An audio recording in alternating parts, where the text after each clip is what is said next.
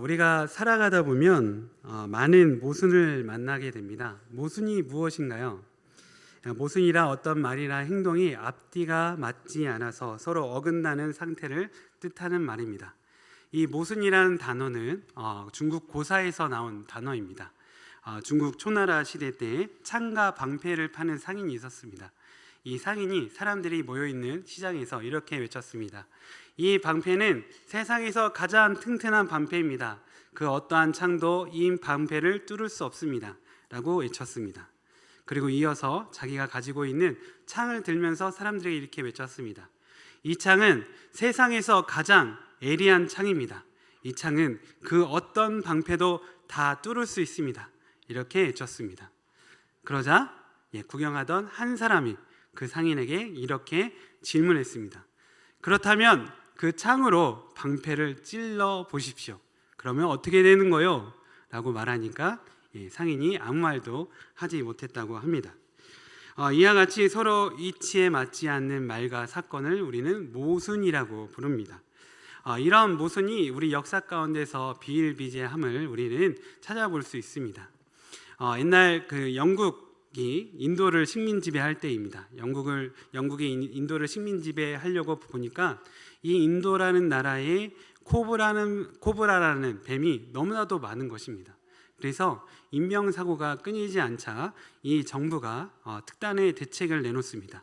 죽은 코브라를 가져오면 정부에서 돈을 내주겠다. 이런 정책을 내놓습니다.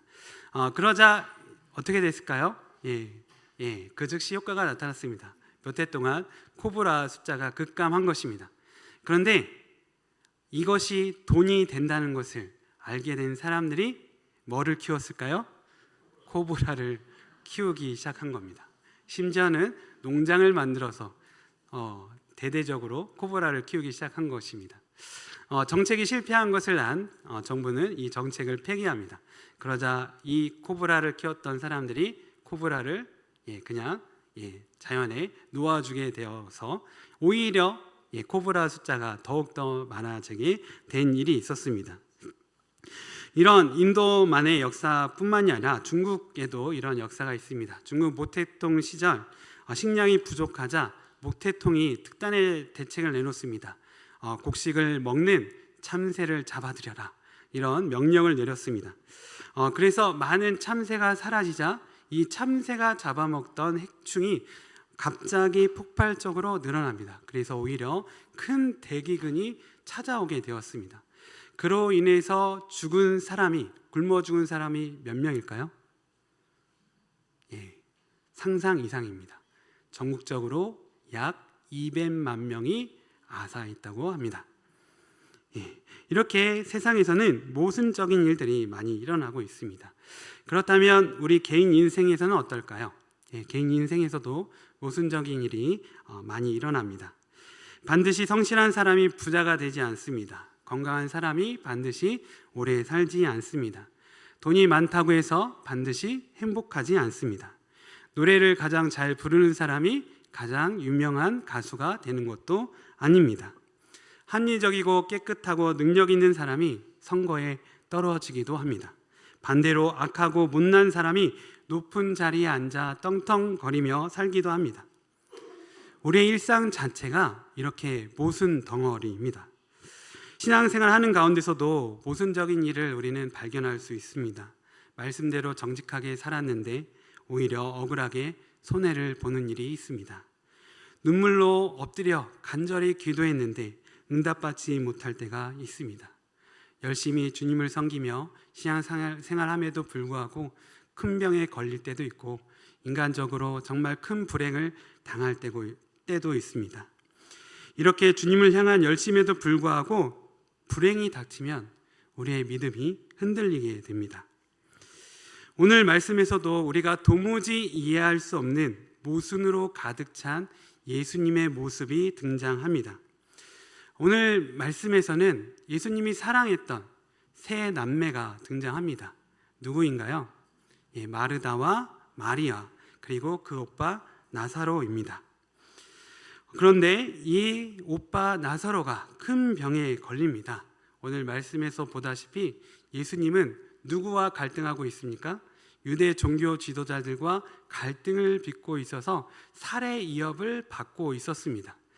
그럼에도 불구하고, 그런 위험에 빠진 것을 알매도 불구하고 이 두 자매가 예수님을 급하게 찾았다는 것은 나사로의 병이 중한 병임을 우리는 알 수 있습니다.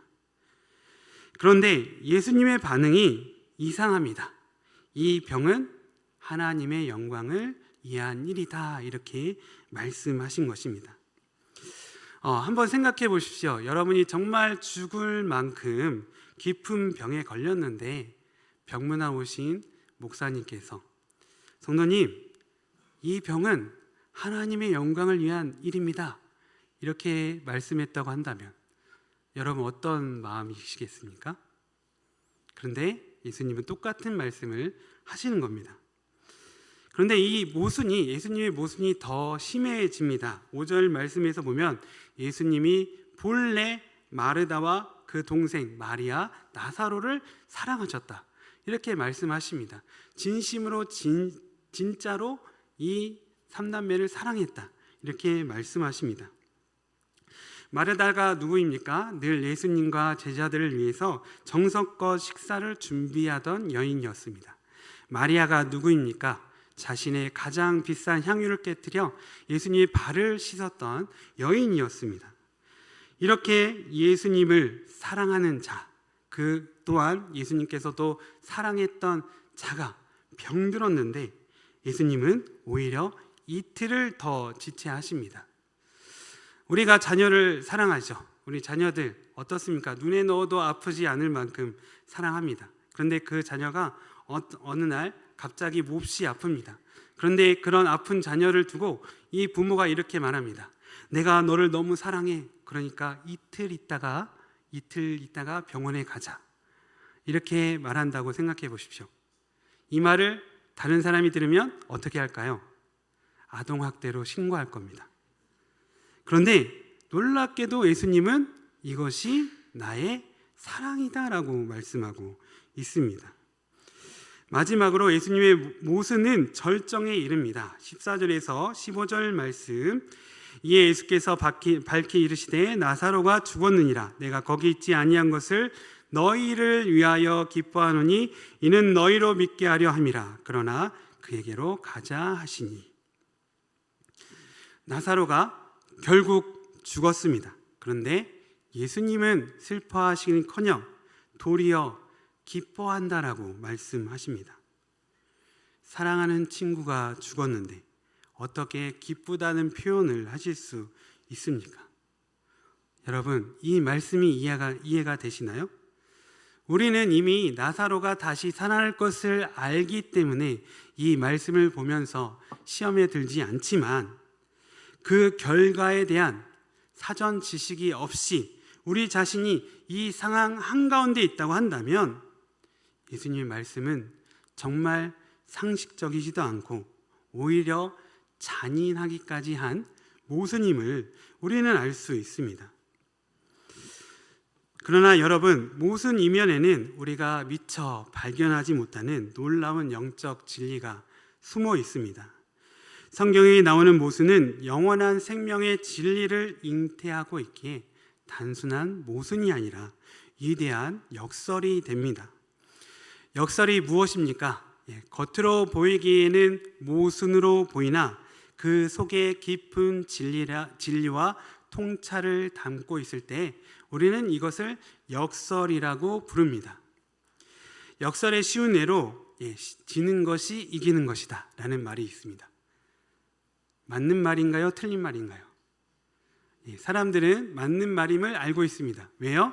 시간이 지나면 지는 것이 곧 이기는 것이 되는 것을 사람들이 알기 때문이죠. 이게 역설의 가장 쉬운 예입니다. 또한 이순신 장군의 유명한 말, 죽고자 하면 살 것이요 살고자 하면 죽을 것이다. 이것 또한 역설의 대표적인 예입니다. 오늘 예수님의 말씀은 우리가 보았을 때 모순으로 보이지만 우리를 살리시는 하나님의 역설입니다. 사실 기독교 자체가 역설의 종교입니다. 왜냐하면 기독교 중심에 뭐가 있죠? 십자가가 있기 때문입니다. 가장 처절하고 비극적인 십자가의 죽음이 모든 인류를 구원하는 영광스러운 복음이 되었습니다. 그렇다면 이해할 수 없는 예수님의 모순된 말씀이 어떻게 진리를 담은 하나님의 역설이 되었는지 함께 살펴보겠습니다. 첫 번째로 고난의 목적지를 예수님께서는 재설정하심으로 역설이 되었습니다. 사람들은 질병이라는 고난의 끝이 죽음이라고 생각했습니다. 그래서 죽기 전에 반드시 빨리 병을 고쳐야 한다라고 생각했습니다. 하지만 예수님은 이 병은 죽을 병이 아니라고 선언하십니다. 4절 말씀 우리 함께 읽어보도록 하겠습니다. 시작. 예수께서 들으시고 이르시되 이 병은 죽을 병이 아니라 하나님의 영광을 위함이며 하나님의 아들이 이로 말미암아 영광을 받게 하려 함이라 하시더라. 이 말씀과 같이, 그러나 예수님의 말씀과 같이 나사로는 어떻게 되었습니까? 병을 이기지 못하고 죽었습니다. 그래서 무덤에 묻히고 4일이 지나 심지어 그 시신에서 냄새가 났습니다. 현실적인 눈으로 보면 예수님의 말씀은 틀렸습니다. 죽을 병이 아니라고 했는데 환자가 죽었으니 말과 결과가 전혀 맞지 않는 명백한 모순입니다. 하지만 예수님의 이 모순적인 말씀 속에는 죽음을 뛰어넘는 깊은 진실이 담겨 있습니다. 예수님이 말씀하신 죽을 병이 아니다라는 것은 육체적으로 숨을 거두지 않을 것이라는 뜻이 아니었습니다. 이 병의 최종적인 결말은 죽음이 아니다라는 뜻이었습니다. 즉, 죽음이라는 정거장을 거치지만 종착역은 죽음이 아니라 그 이후에 부활, 생명이 있다고 말씀하신 것입니다. 만약 나사로가 죽기 전에 예수님이 병을 고쳐주셨다면 그것은 그저 뛰어난 치유의 기적으로 끝났을 것입니다. 하지만 나사로가 죽었기 때문에 그를 다시 살려낸 사건은 인간의 한계를 넘어선 하나님의 영광이 되었습니다. 그리고 예수님이 진정한 생명의 주관자이심을 증명하는 사건이 되었습니다. 사랑하는 성도 여러분, 고난은 절대 끝이 아닙니다. 하나님은 우리 고난의 목적지를 절망에서 영광으로 재설정하십니다. 그 영광은 고난이라는 터널을 통과하지 않고서는 도착할 수 없습니다. 모순적인 우리의 고난은 예수님께서 목적지를 재설정하심으로 하나님의 영광을 드러내는 역설이 됩니다. 그러므로 고난을 당할 때 우리는 낙심할 필요가 없습니다. 오히려 소망을 품고 하나님께 더 열심히 기도해야 합니다. 두 번째로 예수님은 인간의 때가 아니라 하나님의 때를 지키심으로 역설이 되었습니다. 5절과 6절 말씀 함께 읽겠습니다. 예수께서 본래 마르다와 그 동생과 나사로를 사랑하시더니 나사로가 병들었다 함을 들으시고 그 계시던 곳에 이틀을 더 유하시고. 헬라어 원문을 보면 5절과 6절 사이에 헬라어 접속사 오운이라는 단어가 있습니다. 이 단어의 뜻은 그러므로, 그렇기 때문이라는 뜻입니다. 그래서 이 구절을 풀어보면 사랑했기 때문에 일부러 늦게 갔다라고 나는 뜻이 됩니다. 그런데 사실 우리가 생각할 때는 뭐가 맞아요? 사랑하기 때문에 급히 가서 고쳐줬다. 이것이 맞는 표현이죠. 그런데 반대로 예수님은 사랑한다고 하시면서 일부러 시간을 지체하여 나사로가 죽도록 놔두셨습니다. 이 사항은 우리가 보았을 때 앞뒤가 맞지 않는, 전혀 맞지 않는 모순적인 상황입니다. 하지만 이 지체함 속에는 당장의 고통을 없애주는 것보다 훨씬 더 높은 차원의 하나님의 진실과 사랑이 담겨 있습니다. 만약 예수님이 즉시 달려가 병을 고쳐주셨다면 마르다와 마리아는 예수님은 그저 우리의 위기에 처했을 때 도와주시는 분으로만 알게 되었을 것입니다. 쉽게 말해서 우리를 위기에서 구해줄 슈퍼맨과 같은 분이 예수님이라고 믿었을 것입니다. 아니면 내 소원을 들어주시는 도깨비 방망이와 같은 주님으로 믿었을 것입니다. 그런데 예수님이 지체하심으로 나사로가 완전히 죽게 되었고, 죽은 나사로를 살리시는 예수님을 보면서 예수님이야말로 우리의 죽음까지도 정복하시는 부활의 주님이심을 그들은 알게 되었고 믿게 되었습니다. 그 전까지 그들에게 죽음은 가장 두려운 일이었습니다. 가장 두려운 일이 무엇이냐? 사람이 질문하면 그들은 죽음입니다 라고 대답할 수밖에 없었습니다. 그래서 그 두려움 때문에 그들은 여전히 죽음의 종로를 타며 살고 있었습니다. 그런데 예수님의 이 모순적인 지체함으로 그들은 부활의 주님, 생명의 주님을 경험하고 믿게 되어 이제는 죽음으로부터 자유로운 사람이 되었습니다. 높은 단계로 들어가기 위해 인간이 헤아릴 수 없는 하나님의 때가 중요합니다. 팔싹둥이라는 말을 아실 것입니다. 엄마 뱃속에 10개월을 채워야 건강한 아기가 태어납니다. 그 달수를 채우지 못하면 아기가 건강하지 못합니다.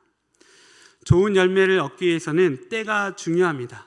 이르면 설 익은 열매를 얻게 되고 늦으면 물러져 먹을 수 없는 열매를 추수하게 됩니다.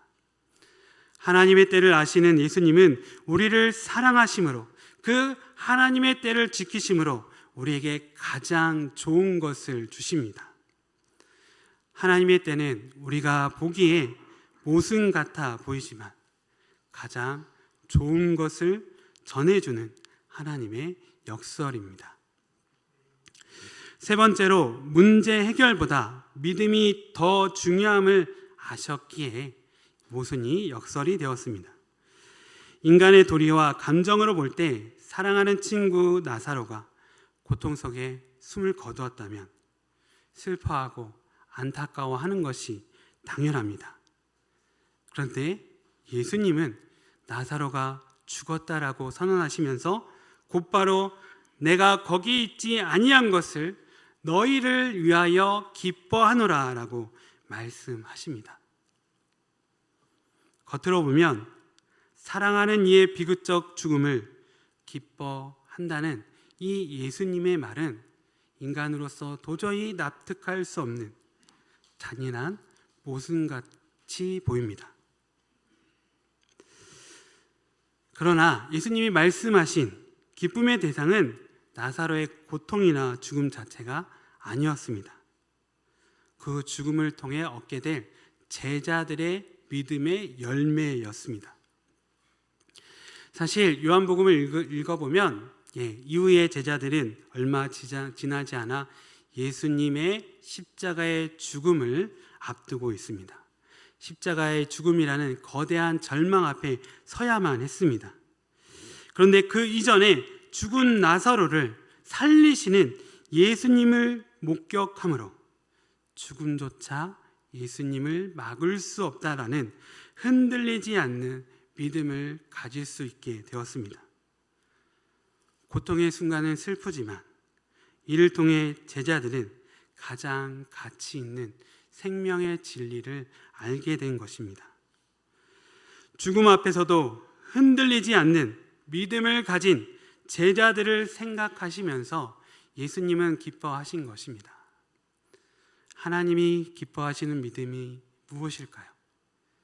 그것은 죽음 앞에서도 흔들리지 않는 믿음입니다. 그래야 어떠한 일에도 흔들리지 않고 하나님과 굳건히 끝까지 동행할 수 있기 때문입니다. 그런 믿음을 가지기 위해 우리는 도무지 이해할 수 없고 때로는 억울하고 모순된 고난의 강을 건너야 합니다. 죽음과 같은 고난 이면에 있는 하나님의 영광을 위해 나아가야 합니다. 고난이 끝이 아니라 고난을 거쳐 하나님의 영광에 이를 수 있음을 믿으십시오. 인간의 때가 아니라 하나님의 때를 지키십시오. 문제 해결이 중요한 것이 아니라 내가 얼마나 하나님을 믿는지가 더 중요하다는 사실을 아십시오. 그러한 믿음이 하나님의 역설적인 인생을 살게 해줄 것입니다. 세상의 믿음은 그래서 믿음입니다. 성공해서 기쁘다. 잘 돼서 행복하다. 사람들이 알아주니 고맙다. 세상의 믿음은 인과관계가 확실합니다. 그러나 성경의 믿음은 다름입니다. 역설의 믿음입니다. 실패해도 나는 기쁩니다. 잘 안 돼도 나는 행복합니다. 사람들이 나를 몰라줘도 나는 감사합니다. 하박국 3장 17절 18절 말씀 함께 읽겠습니다. 비록 무화과 나무가 무성하지 못하며 포도나무에 열매가 없으며 감람나무에 소출이 없으며 밭에 먹을 것이 없으며 우리의 양이 없으며 애양간에 소가 없을지라도 나는 여호와로 말미암아 즐거워하며 나의 구원의 하나님으로 말미암아 기뻐하리로다. 이 고백이 우리의 고백이 되기를 축원합니다. 어떻게 이런 모순된 상황에서 기뻐할 수 있습니까? 예수님이 말씀하신 우리에게 십자가의 희생과 부활하심으로 알려주신 하나님의 역설의 진리가 있기 때문입니다. 성경의 믿음의 인물들은 다 같이 역설적인 인생을 살았습니다. 요셉은 노예와 제손하는 신분에도 불구하고 애굽의 총리가 되었습니다. 다윗은 집안의 막내로 들판에서 양을 치는 천한 목자였지만 한나라의 가장 위대한 존귀한 왕이 되었습니다. 과거 성경에만 나오는 이야기일까요? 지금 현재 우리에게도 일어나는 하나님의 놀라운 법칙입니다. 그래서 바울 사도는 고린도 후서 4장 8절에서 9절에서 우리에게 이렇게 말하고 있습니다. 함께 읽겠습니다. 우리가 사방으로 우겨쌈을 당하여도 쌓이지 아니하며 답답한 일을 당하여도 낙심하지 아니하며 박해를 받아도 버림바 되지 아니하며 거꾸로 트림을 당하여도 망하지 아니하고. 아멘. 이런 역설적인 삶이 가능하다고 믿으십니까? 가능한 이유를 이 바울 사도가 7절에서 이렇게 설명했습니다. 우리는 질그릇 같이 약하지만 우리 안에 예수 그리스도라는 절대 깨어지지 않는 무한한 능력의 보배를 품고 있기 때문에 우리는 사방으로 우겨쌈을 당하여도 쌓이지 아니하고 답답한 일을 당하여도 낙심하지 아니하고 박해를 받아도 버림받지 아니하고 거꾸로 트림을 당하여도 절대 망하지 아니할 것입니다. 사랑하는 성도 여러분, 우리 주님은 역설의 주님이십니다. 세상 사람들은 내가 고난당하고 실패할 때 곁을 떠나가지만 역설의 주님이신 예수님은 15절에서 이렇게 선포하십니다. 그러나 그에게로 가자. 나사로가 죽었다. 끝났다. 그러나 그에게로 가자. 내가 죽을지라도 나는 그에게로 가겠다. 이렇게 선언하십니다. 역설의 주님이시기 때문입니다. 세상 사람들은 내가 고난당할 때, 고통당할 때 위험하니까 가지마, 손해보니까 안 돼, 같이 망하는 거야, 이렇게 말하면서 우리 곁을 떠나갑니다. 그러나 역설의 예수님은 우리의 무덤까지 찾아오셔서 우리의 무덤의 문을 여시고 우리를 만나 주십니다. 아무개야 일어나라, 내가 너를 찾아왔노라 라고 말씀하십니다. 지금 당장 겪고 있는 고난과 기다림이 내 눈에는 납득할 수 없는 모순처럼 보일지라도 주님은 반드시 그 눈물이 변하여 찬란한 영광이 되게 하실 줄 믿습니다. 이것이 하나님의 역설입니다. 문제 해결이라는 작은 목적지를 넘어 영광이라는 목적지를 바라보십시오. 내 조급한 때가 아니라 가장 완벽한 하나님의 때를 신뢰하십시오. 내 안의 질그릇에 예수 그리스도라는 십자가의 보배를 굳게 품고 세상이 감당하지 못하는 영광스러운 역설의 인생을 살아가십시오. 우리 모두가 예수 그리스도의 역설의 진리를 믿음으로 하나님의 역설의 인생을 살아가는 하나님의 존귀한 자녀 되기를 간절히 축원합니다. 기도하겠습니다.